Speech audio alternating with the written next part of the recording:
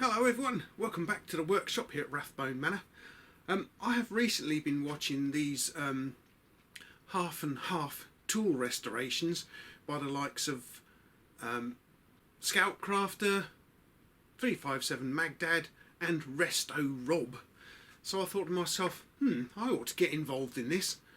What tool should I do? And then it struck me, how about the obvious, for me, footprint wrench?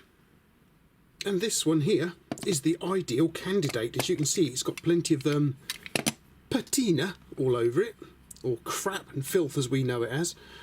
So I thought, yeah, let's have a go at this one here. And then I thought to myself, well, how am I going to do it half and half?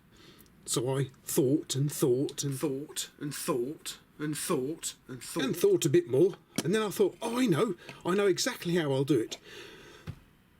We can do, yes, okay, right. And so yeah, so I kept on thinking a little bit longer, and I thought, yeah, well, let's do one part of the tool restored and the other part not restored. And then I couldn't decide whether I liked it like this or like this. But in the end, I decided it would look much nicer looking like this here. Really nice. What do you think, guys? You know, you've got the nice polished hook, and the handle's left with all its patina all over it. I think that's the way to go, definitely. The only trouble is, as I was doing this project, I then got really carried away and did all this lot and these little 7-inch versions too. Or did I?